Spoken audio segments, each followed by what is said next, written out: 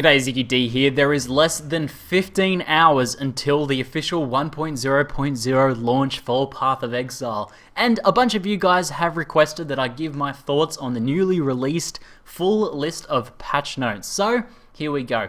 But first, I just want to mention that this is going to be pretty insane. I'm pretty hyped for this. I'm trying to keep my hype in check a little bit, but it's pretty hard not to be when I have so much stuff planned happening. First things first, I'm going to be playing on stream with Willy Wonka. He's going to be, along with a few of his friends and myself, we're going to be playing the new Hardcore League and Nemesis, and we're going to be rolling a bunch of new characters there and progressing, kind of racing through that, you know, fairly competitively, and we'll see how I go. I'll be getting up at 2:30 AM Australian time to hook up with those guys and play some Path of Exile, so it's going to be pretty insane. A side note is they will be releasing, or the devs are toying with the idea of making the patch available for download a couple of hours before launch. So it's probably a good idea if you can to jump online and see if you can download that patch before launch, because the download I mentioned is going to be a bit slow. It's like an 11 gigabyte patch or something like that, so it's going to be pretty huge. They'll also have a torrent available as well if you want to go that route, which I might have to go that route myself. But first, now, let's jump into the patch notes and my thoughts on them. People are, some people are really excited. Some people are actually pretty annoyed or angry at some of these patch notes. So pretty interesting overall. My overall thoughts on these notes are that they are interesting. It's hard to say whether these changes are going to be good because they're so huge. This is a huge bunch of changes to the game here. I think the meta game for Path of Exile is going to be completely different, and Kriparian actually said in his video today that if you're looking to get into the game as a new player, or you're looking to return to the game, now's actually the best time, because there's going to be the smallest gap between people that have played Path of Exile a ton and people that haven't played in a long time or haven't ever played. It's going to be the smallest gap between those two player bases ever, because even players like myself or Kriparian or anyone else who has a lot of experience with Path of Exile, we're all pretty lost at the moment. These changes are pretty massive, some pretty serious stuff happening. So let's first go into the most important change, which has been incorrectly listed under Features Minor.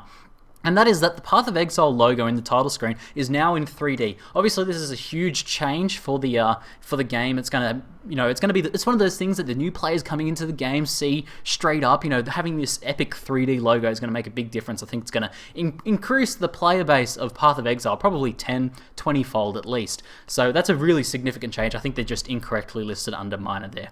But I'm just messing around. Let's go through the actual changes. So a lot of this stuff we kind of already knew. Like, it goes through the stuff that we already knew about Domination, Nemesis. A lot of the content stuff we already knew. All of the skills are pretty much everything that's already been listed out. There's just a good list of them here, so if you've been wondering. Menace Shield has had its name changed to Mind Over Matter, but still does the same thing, and Avatar of Fire does indeed do what the teaser image that was released earlier said it would do. So this is all the same. Pretty much if you've been following everything that's been happening, this is in here. If you haven't been, I'll link to these patch notes, and you can check this sort of stuff out yourself. Features major is all pretty good. Got some details on guilds, but nothing major. The only thing that I thought was significant in here is that the guild creator or the guild leader will be the only one that can spend microtransaction currency on improving the guild, like buying more stash tabs or buying more player slots for the guild. So that's a little bit awkward, I think, because it's going to make managing guilds a little bit tricky, because you're going to have to get that person to buy the microtransaction currency. Hopefully they put it in the game a way of trading microtransaction currency, but I think they said they probably wouldn't do that because it runs into RMT issues. So not sure how we're going to go about that. It might make things a little bit awkward. Some details on play versus player, again, not too major here.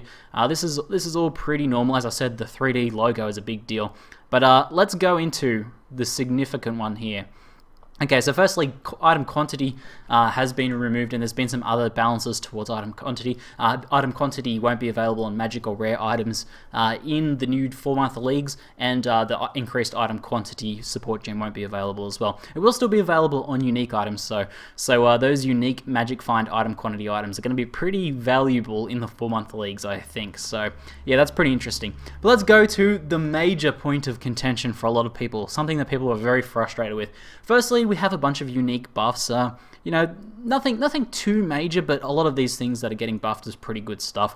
And a lot of it also is just in line with things like buffs to two-handers on Comb's Primacy, that sort of things happening, being reflected in the uniques as well. But also just some other lesser used uniques are being buffed, which is pretty nice. But here's the big one, and the one people are pretty upset about. A bunch of uniques are getting nerfed. However, the way they're nerfing it is that any existing versions of the unique will remain as they are. So there's going to be legacy uniques.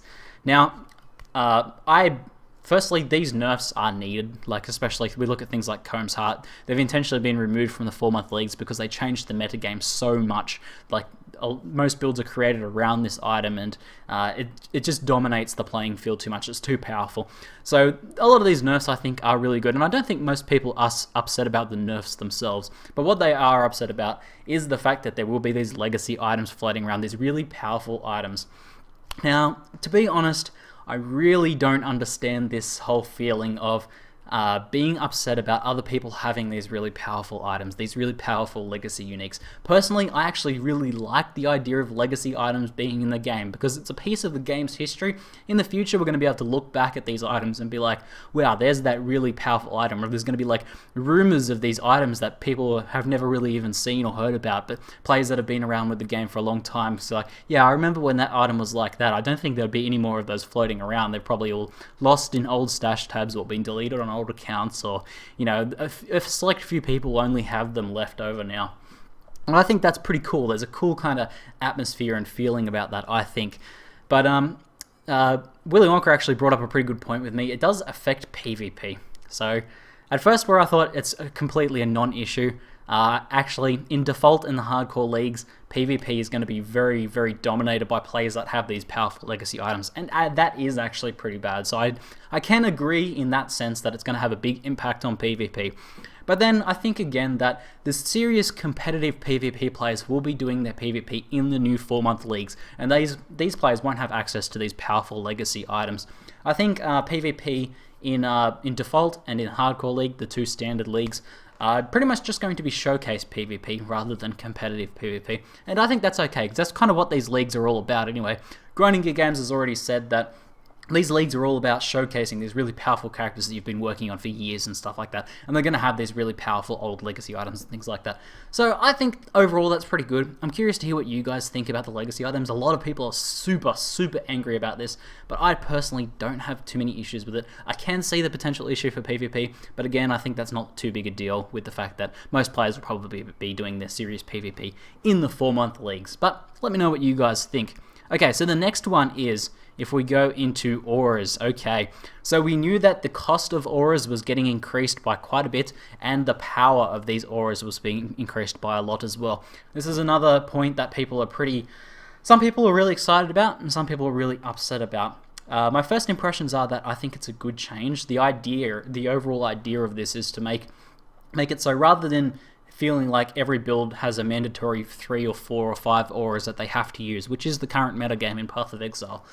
They now have a decision about 1 or 2 manas, 1 or 2 auras that they use themselves to make their builds powerful. And these auras actually feel like they make a significant difference. So currently when you run Anger, on a build, it's a small mana cost and it gives you a small damage increase. And it's not something you really even notice. It maybe gives you a couple K extra damage at endgame.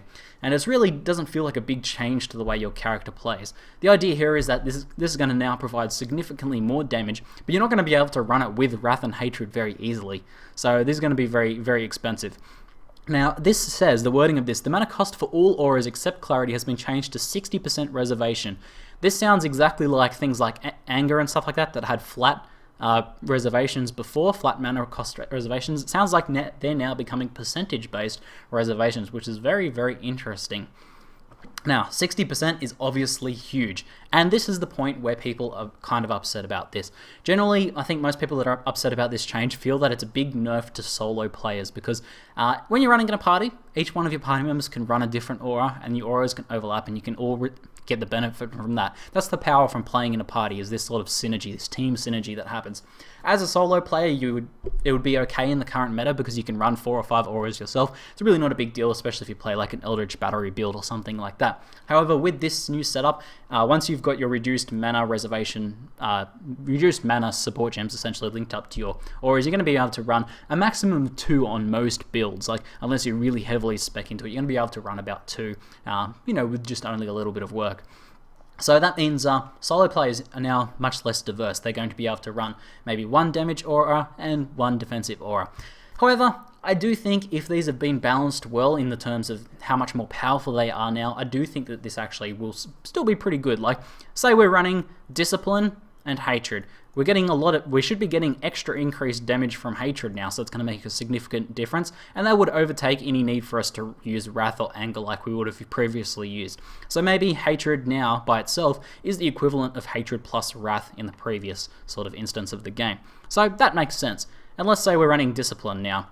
Before we might have been running, Discipline, Grace, and Purity, or something like that, 3 defensive auras. Maybe Discipline now, the extra energy shield you're getting, makes up for the fact that you can't get as much armor from running Grace and Iron Reflexes or something like that. Or maybe, before where you'd run Grace and...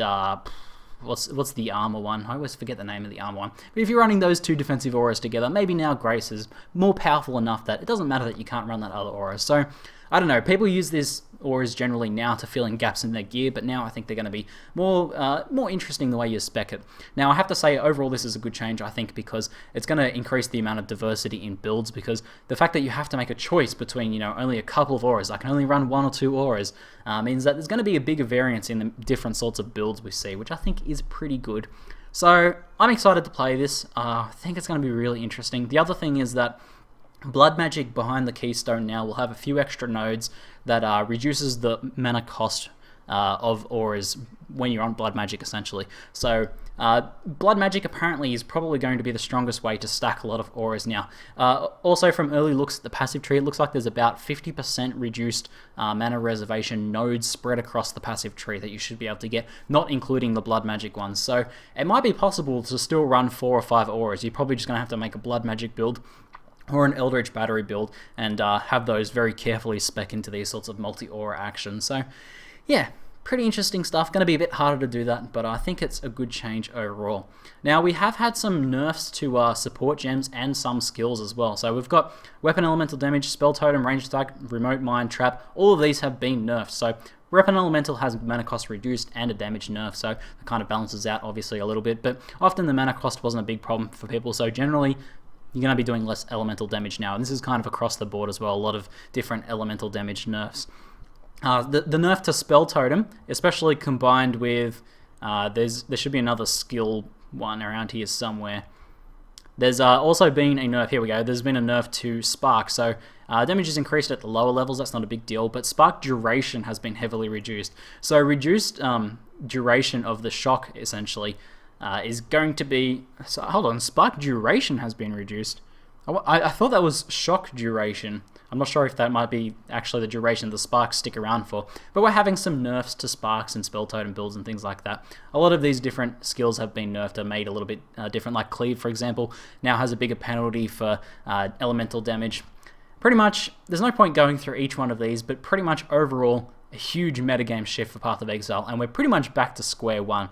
Some of the stuff that worked before might give you an idea of where to start now, but it's going to be completely different. So, I still have no idea what build I'm going to play tomorrow.